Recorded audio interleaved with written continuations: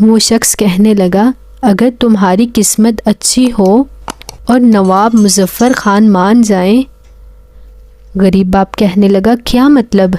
تو وہ شخص کہنے لگا مطلب یہ کہ نواب صاحب نے جو نیا بنگلہ بنایا ہے وہ بالکل خالی ہے، انہوں نے ابھی اس میں رہائش تو اختیار نہیں کی، 1-2 دن تمہاری بیٹی کی بارات ٹھہر جائے تو کوئی مسئلہ نہیں، صفائیاں وغیرہ تو ویسے بھی ابھی ہو رہی ہیں۔